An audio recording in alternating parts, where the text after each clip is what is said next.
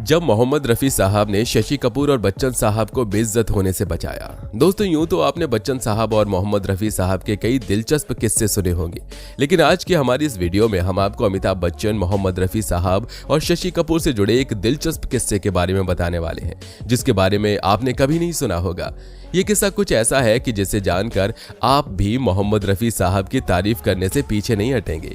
ये किस्सा कुछ ऐसा है जिसमें मोहम्मद रफी साहब ने सभी के सामने बॉलीवुड के सुपरस्टार अमिताभ बच्चन और शशि कपूर को बेइज्जती होने से बचाया था।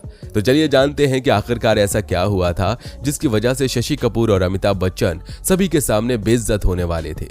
दोस्तों, ये दिलचस्प किस्सा साल 1970 का है, जब शशि कपूर ने सिलीगुड़ी में एक शो ऑर्गेनाइज किया था जिसमें स्टार सिंगर के साथ साथ एक्टर्स को भी परफॉर्म करना था। इस शो के पहले ही दिन मोहम्मद रफी साहब का प्रोग्राम था और दूसरे दिन किसी दूसरे स्टार्स को परफॉर्म करना था। शशि कपूर की टीम में अमिताभ बच्चन भी शामिल थे। पहले दिन रफी साहब जी का शो हुआ, उन्होंने परफॉर्मेंस किया और अपने गले और संगीत के जादू से दर्शकों का खूब दिल जीता। उन्होंने एक से बढ़कर एक गाने गाए थे, तो जाहिर सी बात है उस दिन का शो हिट तो होना ही था। लेकिन अगले दिन शशि कपूर को एक बड़ी परेशानी ने घेर लिया। दरअसल हुआ यह कि दूसरे दिन जो सिंगर आने वाले थे वो किसी वजह से शो में नहीं आ पाए, जिसके चलते शशि कपूर के सामने एक गंभीर समस्या आ खड़ी हुई थी।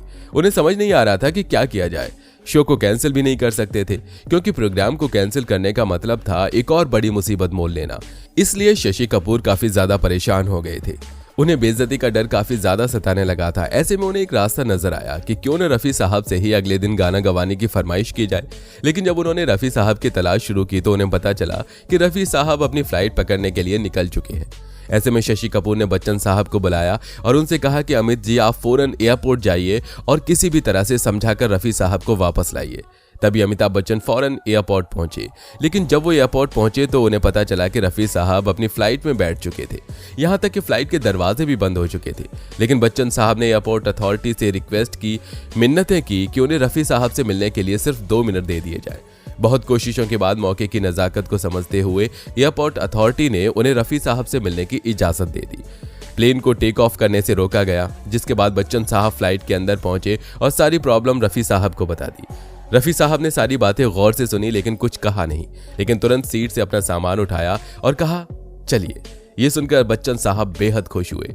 रफी साहब ने उसी रात दोबारा परफॉर्म किया, जिसे लोगों ने खूब पसंद भी किया। इस तरह रफी साहब ने बच्चन साहब और शशि कपूर दोनों को बेइज्जत होने से बचा लिया।